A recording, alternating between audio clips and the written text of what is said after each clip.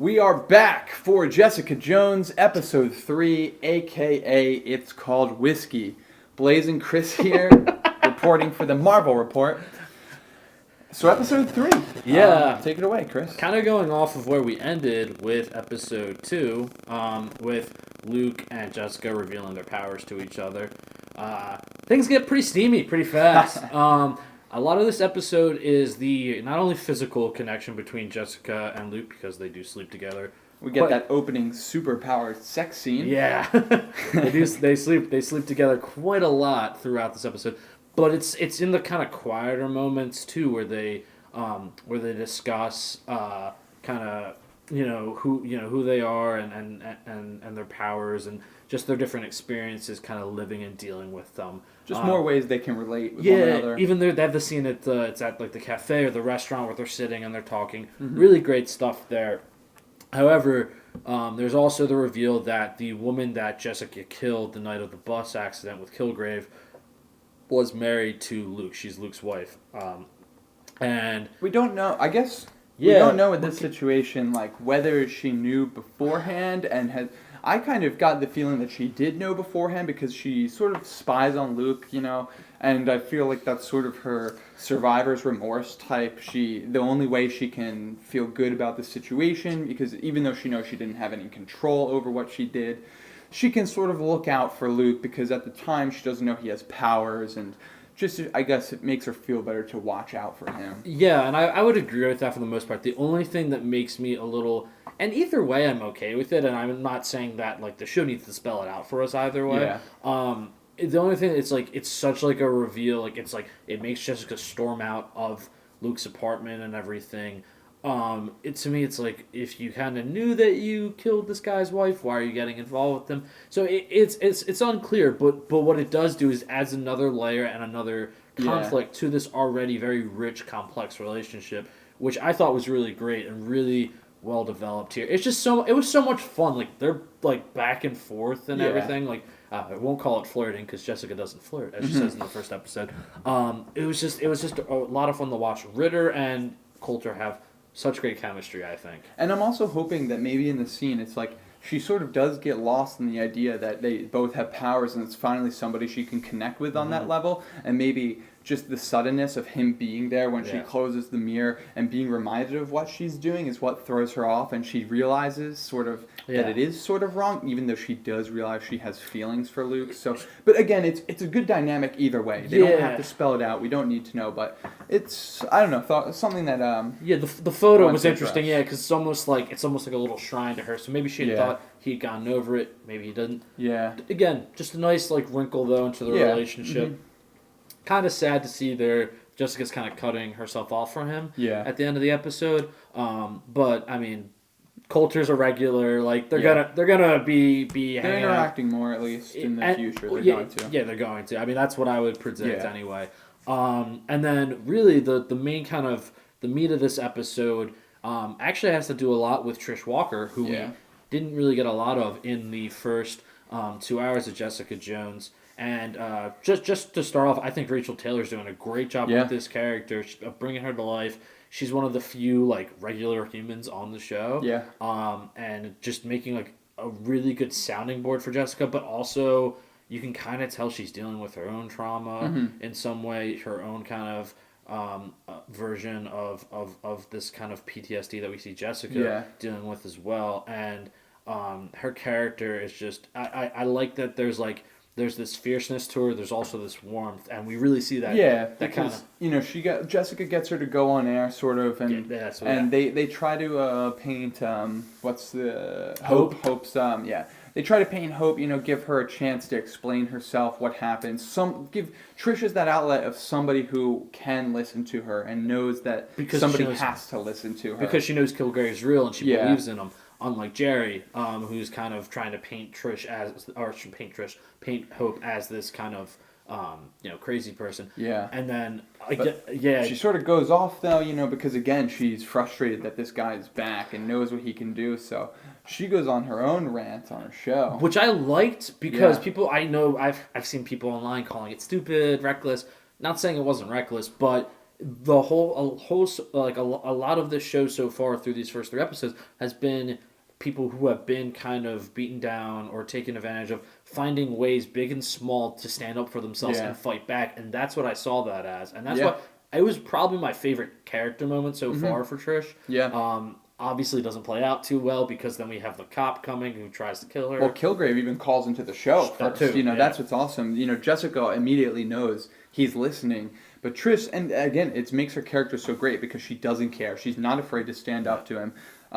But yeah, he calls in and he just menacingly tosses all these hypotheticals out to her. Ted's voice, man. Oh, yeah. And he's, again, killing the role so much. It's so great. But yeah, Trish is basically on the hit list at that point. And later in the episode, we see a cop get sent to her apartment and... it ties into that what's real and what's not real, what's mind control and what's not mind control, because it is so convincing that the reasoning behind his, I need to come talk to you and blah, blah, blah. But I thought that was a great scene. And I love how that possibility adds so much more tension to every little exchange. Like, you're never sure who Kilgrave's, kind of gotten to. And that's just makes it so intense. And... really nicely done too about how Jessica was able to use the sedative that she got. That I guess it limits Kilgrave's powers, kind of knocks him out so he can't use them. But she uses it on Trish there to convince the police officer that Trish is dead. Yeah, that was really kind of like a nice. I wasn't expecting that when I was watching. I was like, how are they going to get out of this? That was really nicely done. And then obviously we have to talk about kind of like that thrilling and very chilling kind of final sequence there, which I guess probably the best part of the show so far. Yeah, and because the cop coming for Trish was such a great transition because Jessica knows everybody sort of needs to report back to Kilgrave. Yep. He's sending them out with an agenda, and they obviously have to update him on the information and what's going on. So really nice transitions in this episode, I think, to move the plot along. Yeah.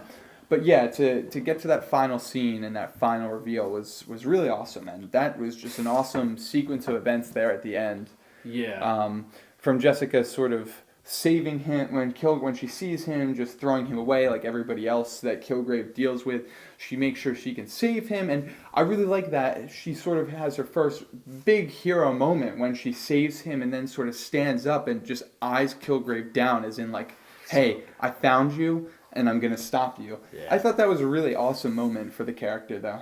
It was great. And then just her going throughout the apartment and dealing with all the different... The strength that she shows just to step into the apartment, too. Well, yeah, just to step in to face Kilgrave. And then, she has all these people going after her, and she's able to control her abilities enough not to harm them in any big way. And then when she finds the photos, and then that was such a powerful moment because... Now she realizes, she might recognize, they saw me here when I was with Trish or whatever. She might be able to start to piece it together. But her paranoia gets confirmed almost. It gets confirmed, and it's this unseen danger. Kilgrave was already that sort of unseen danger. Where is he lurking? What's he doing? But the fact that someone's watching her, it's so great because it's it's kind of a role reversal sort of in a way too. She is always watching people. Now someone's watching her. And it just is to see people have that many photos. It was just so creepy, and it was it's so unsettling, and that's what I love about this show. I really like too. It's again, it just adds to Kilgrave's obsession with her because I even thought it was awesome when he sees her, he runs. He doesn't think because he knows she was able to walk away from him, and he obviously knows she has powers. But I thought it was nice to see that he does view her as such a threat rather than just toying with her. He actually has a reason for staying away because he knows it might not... This is fascinating to him in a way. Yeah. But yeah, seeing that dark lit room with all the pictures and all of the pieced together, big pictures, was another eerie scene. And just that they were still printing out was good. I thought it was another just solid... addition into Kilgrave's mindset and the type of character he actually is. And just another great visual from the show. I mean, this show is just, God, the visuals it produces. Yeah, I really like all the cinematography where, Jessica and Kilgrave, they always have the, purple lit scenery. Whenever Luke's on screen or in his bar, they give him that yellow backdrop kind of, or that yellow glow, and I like that fun symbolism because it's not in your face.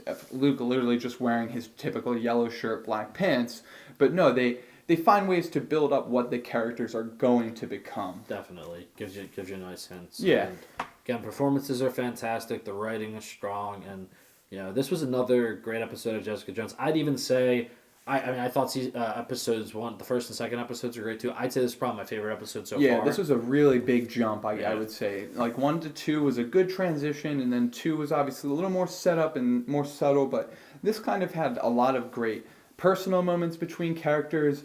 Good action, suspense, and thrilling moments with Trish and when she initially faces Kilgrave. But yeah, the show is just really good through 3 episodes. Consistent each episode, and I am thrilled with what we've gotten so far. Me too. So we'll have to see what happens next. Now that Jessica's found these photos, is she gonna be able to find the person who's taking them? Will that lead her to Kilgrave or to somebody else? Yeah. I don't know. The investigation kind of aspects of the show are really interesting. Yeah, the breadcrumbs are laid out, which is nice because it does, that whole mystery, private eye aspect continues to be in play throughout everything. Yeah, so we'll be excited to see when we do episode 4 next. But until then, guys, make sure to follow both Blaise and myself on Twitter. We want to hear from you about Jessica Jones, about anything Marvel related, anything TV related. We're always up to chat. We're always up to chat. So. At Blaise Hopkins. At CKinger13. At the Marvel Report as well. And also be sure to visit themarvelreport.com. We have articles being posted every day about all things Marvel. And subscribe to this YouTube channel. We're going to have some great videos for you for Jessica Jones and a whole lot of other stuff. So be sure to check those out, guys. Keep watching. And we'll be back with episode 4. Thank you.